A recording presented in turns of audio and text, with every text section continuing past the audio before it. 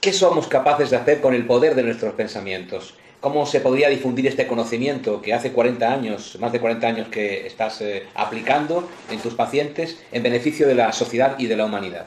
Difundirlo a través de la escuela primaria. Límite no tiene ningún límite.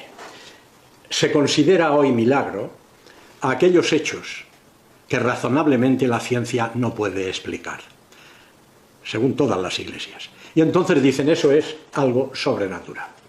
Y yo digo, según mi experiencia, no conozco. Vamos, estoy preguntando a lo largo de más de 30 años en mis conferencias, ¿alguien conoce un hecho considerado milagro en la historia sin la presencia de un ser humano? Y estoy esperando que un historiador o un teólogo me diga uno. Siempre ante un hecho considerado milagro hay un ser humano presente o influyendo activamente en el proceso. Yo veo en mis pacientes auténticos milagros y por tanto tengo que desmitificarlos y decir que de sobrenatural no tienen nada.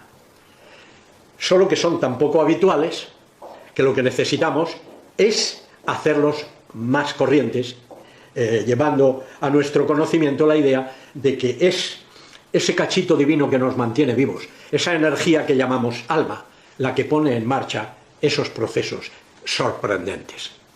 Por tanto, no tienen nada de sobrenatural, están dentro de las capacidades del ser humano. Os podría contar unos cuantos milagritos de estos de los que veo aquí, pero si queréis os cuento solo uno.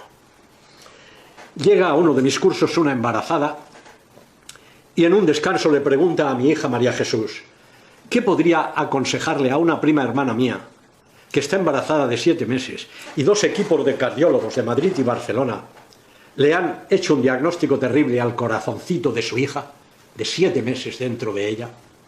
Y mi hija, sin hacer altibajo, le dice, dile a tu prima que eso que lleva dentro es de plastilina, como diciéndole, es muy moldeable. Dile que piense lo que desea que suceda en ese corazón. Termina el curso, se marcha a Zaragoza, donde vive ella y donde vive su prima, le cuenta lo que aquí había aprendido y pasan 1h30, 3 días consecutivos, una junto a la otra sin hablar, solo pensando en lo que querían que sucediera en aquel corazoncito. Días después, aquella mamá oye de boca del médico que le hacía una ecografía al corazoncito de su hija, esto es un milagro. Y alguna semana después le dice, señora, el milagro es completo. La válvula pulmonar del corazón de su hija es perfecta y el flujo por la arteria pulmonar al 100%. La válvula pulmonar es la puerta por la que pasa la sangre venosa del ventrículo derecho a los pulmones para oxigenarse. Ningún cardiólogo ha visto en la historia de la medicina una evolución en un corazón de una criatura dentro de su madre en ese sentido tan rápidamente. Y yo me pregunto, ¿cómo explica esto la ciencia? Luego, milagro, ¿pero quién lo hizo? Lo hicieron aquellas 2 madres, con el poder creador de su deseo y pensamiento. Pero no terminó la historia aquí. La que había venido a mi curso estaba embarazada también. Y era su 3er embarazo, iba a ser su 3ª cesárea programada. Convenció al ginecólogo que le tenía que hacer la cesárea para que la operara sin dormirla. Mérito tuvo este compañero. Prudente él, tenía un anestesista, una vena canalizada, y al menor lamento la hubieran dormido. Cosa que no fue necesario.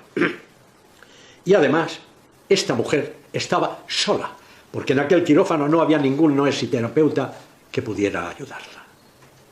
¿Qué te parece esta historia? ¿Dónde está el límite? ¿Qué podemos hacer con el poder de nuestro pensamiento? No existe más límite. ¿No dijo Cristo en la última cena, quien crea en mí hará obras como las mías y aún mayores? ¿Dónde está el límite? Donde lo pongamos nosotros.